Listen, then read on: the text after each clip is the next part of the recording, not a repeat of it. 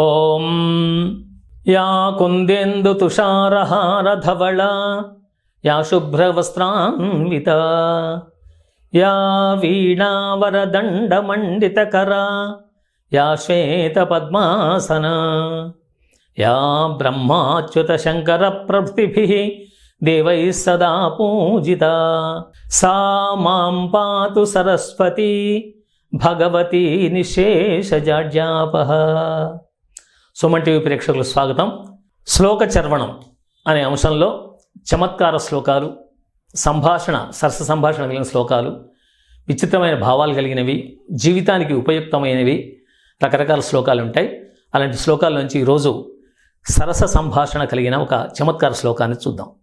అంగుళ్యా కః కవాటం ప్రహరతి, అంగుళ్యా కః కవాటం ప్రహరతి, కుటిలే మాధవః కిం వసంతః నో చక్రీ కిం కులాలః నహి ధరణిధరః కిం ద్విజిహ్వః ఫణీంద్రః నాహం ఘోరాహిమర్దీ కిమసి ఖగపతిః నో హరిః కిం కపీంద్రః ఇచ్చేవం గోపకన్యా ప్రతివచనజితః పాతు వశ్చక్రపాణిః.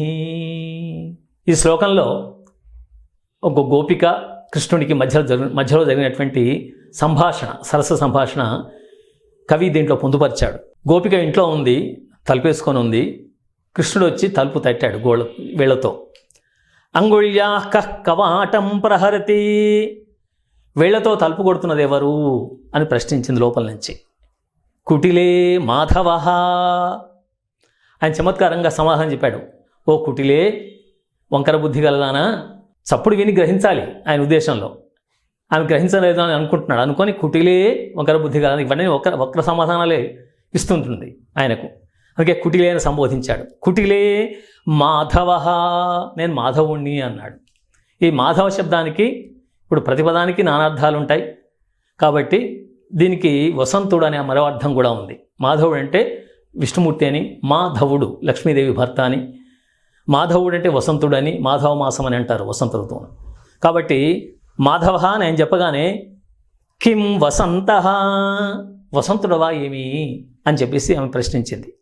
నో చక్రీ, కాదు నేను చక్రిని అన్నాడు. అంటే చక్రం చేతిలో పట్టుకునేవాడిని కృష్ణుణ్ణి అని చెప్పాడు. కానీ చక్రాన్ని చేతిలో పట్టుకొని తిప్పేవాడు ఇంకొక అతను ఉన్నాడు. కిం కులాలహ, అందుకే ఆమె ప్రశ్న వేసింది.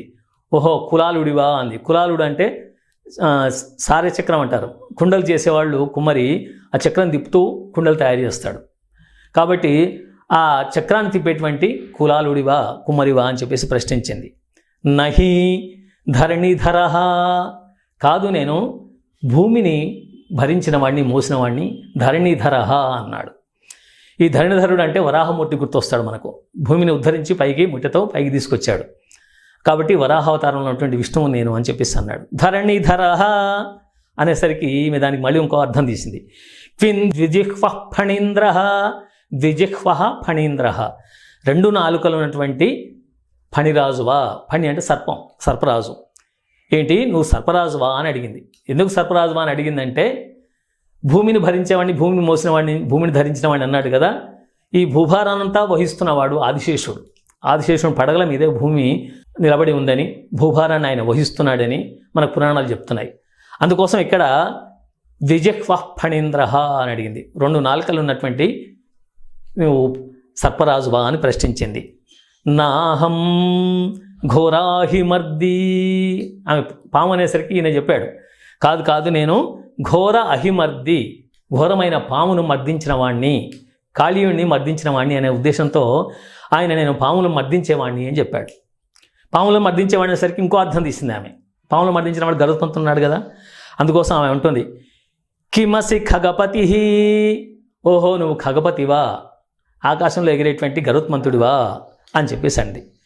నో హరిః, కాదు నేను హరిని అన్నాడు. హరి అంటే గుర్తు చేసుకుంటుందేమో, విష్ణు అనుకుంటుందేమో అని చెప్పేసి హరిః అన్నాడు. నో హరిః, కాదు నేను హరిని అన్నాడు. హరి అనేసరికి హరికి కూడా నానార్థాలు ఉన్నాయి. హరి అంటే గుర్రం అని, కోతి అని రకరకాల అర్థాలు ఉన్నాయి. ఇక్కడ కోతి అనే అర్థం తీసుకుని ఆమె కిం కపీంద్రః, ఓహో వానరరాజువా, అని చెప్పేసి ఆమె ప్రశ్న వేసింది. ఇలా అడుగుతూ ఉంటే ఆయన సమాధానం చెప్పలేక ఓడిపోయాడు. ఇచ్చేవం గోపకన్యా ప్రతివచనజిత. ఇలా ఆ గోపకన్య అడుగుతున్నటువంటి ప్రశ్నలతో ఓడిపోయినటువంటి వాడు, ప్రశ్నలకు సమాధానం చెప్పలేక ఓడిపోయినటువంటి చక్రపాణి పాతు వహ్ పాతు చక్రపాణి. ఆ చక్రపాణి మిమ్మల్ని రక్షించి కాపాడుగాక అని చెప్పేసి దీంట్లో ఆశీర్వచనం చేశాడు. కాబట్టి ఇద్దరు తలుపు అవతల ఒకళ్ళు తలుపు యువతల ఒకళ్ళు ఉండి ఆ గోపిక కృష్ణుడు మాట్లాడుకున్న దీంట్లో సరస సంభాషణ, పదాలతో చమత్కారం, పదాలు నానార్థాలతో చమత్కారం ఎలా చేయొచ్చో ఈ శ్లోకంలో చక్కగా చూపించాడు. ఈ సరసమైన సంభాషణ మనకు ఆనందాన్ని కలిగిస్తూ ఉంది. మళ్ళొకసారి శ్లోకం చదివి దీన్ని ముగించుకుందాం. అంగుళ్యాః కః కవాటం ప్రహరతి కుటిలే మాధవః కిం వసంతః నో చక్రీ కిం కులాలః నహి ధరణిధరః క్విన్ విజిహ్వః ఫణీంద్రః నాహం ఘోరాహి మర్దీ కిమసి ఖగపతిః నో హరిః కిం కపీంద్రః ఇచ్చేవం గోపకన్యా ప్రతివచనజితః పాతు వశ్చక్రపాణి. ఇలాంటి చమత్కారంగా పద్యాలను మళ్ళీ వచ్చే భాగాల్లో చూద్దాం. ప్రస్తుతం స్వస్తి.